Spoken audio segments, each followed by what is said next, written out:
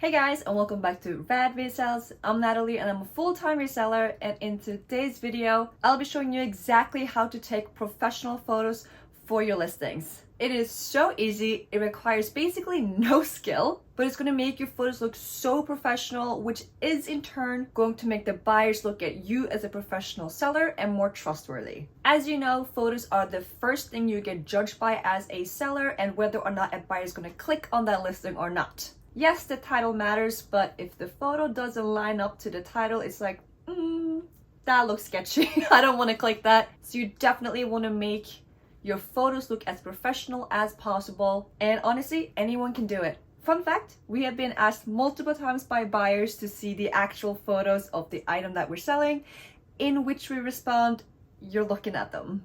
As in, they thought we were using stock photos from the internet.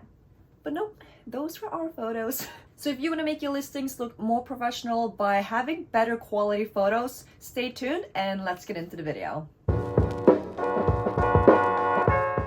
So this is what the setup looks like. As you can see, I have two studio lights that are boxes, this one and this one. And then I have another one without the box for a more bird view type of light. And this is what it looks like. It is crystal clear with no part of the item being more shaded than the rest. So I really recommend investing in some studio lights. We have ours on our Amazon storefront if you want to get the exact ones. These are the Roleno brand. And obviously we have two, one on each side of the board that I take photos on, and then the one for the bird view without the studio box around it. Just because I want that one to be a little bit brighter since it's on the top. Obviously, we have a standing flat light station here. We do have a video on it, how we set it up if you're interested in checking that out. Highly recommend if you are selling a lot of clothes. However, you don't need this. You can have it on your wall. You have a hanger and then the item hanging on the wall and then have the lights on it. It could be on the table. It could be on the floor even. As long as you put the lights towards the item so they shines right on it, that's all good. So I'm going to show you now quickly what happens if I turn one of these studio lights off. Because you might be thinking, 3 lights? That's a bit overkill. Well, let's see if I turn this guy off. This is what it looks like before I turn it off. And now, this is what it looks like afterwards. Immediately, you can see there's now more shadow on this side. It's brighter on that side. And it's not as crystal clean as when I do this. Same for the other side. If I take away the box on the left side, it will look like this. So kind of the same, but the opposite way. And if I turn off that guy, it goes from here to here. So it also adds that nice little extra light on top there. And once you have good lighting, which I have on the item right now, all you need is a decent phone to take photos with. I use my iPhone. I have the iPhone 15. I'm filming with it right now, but I used the 12, the 10, and the 7 before this, and they all work great. That's all you need to take high quality professional photos. And right now, I'm going to show you exactly how I take the photos. I'm going to screen record the entire process and show you the results of what they look like afterwards. Alright, we are in the camera app, and the first thing that you want to do is change the dimensions from 4x3, which is the default, to square. The reason for this is because most of the selling platforms only allow the square dimensions, so even if you take the photos in a 4x3 format, the platforms will automatically turn them into square, and now part of your item is missing from the frame. So now that you have it in your 1x1, aka square format, we can start taking photos. Obviously, you want a full front photo. Then I also make sure I take a photo of the brand tag. The reason being, you want to know what brand it is, and typically the size is also stated there. Sometimes the materials are also stated there, but not always.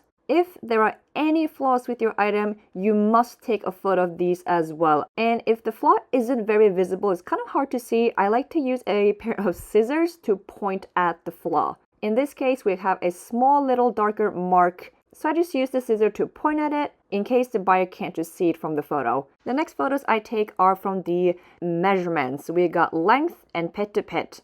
In terms of length, I put the ruler that I have, and I really like this ruler because it's a thicker, almost like a wooden material. So it's easy for me to use with one hand while I take the photo with my other hand. And then I put it right next to the neck collar, and then I just follow it all the way down to the bottom hem and I take a photo of it to show the length. Next is pit to pit, and you do exactly what it says. You go from armpit to armpit and take a photo of how wide it is. And that's it for the measurements.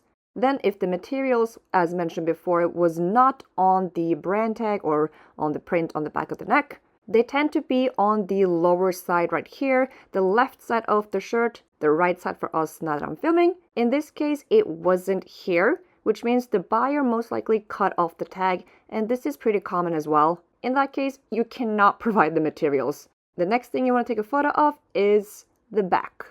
A full photo of the back. If there are any details on the back that you also want to emphasize, or on the front, you take a close-up of these as well. And here are the results of the photos that I'll be using in my listing.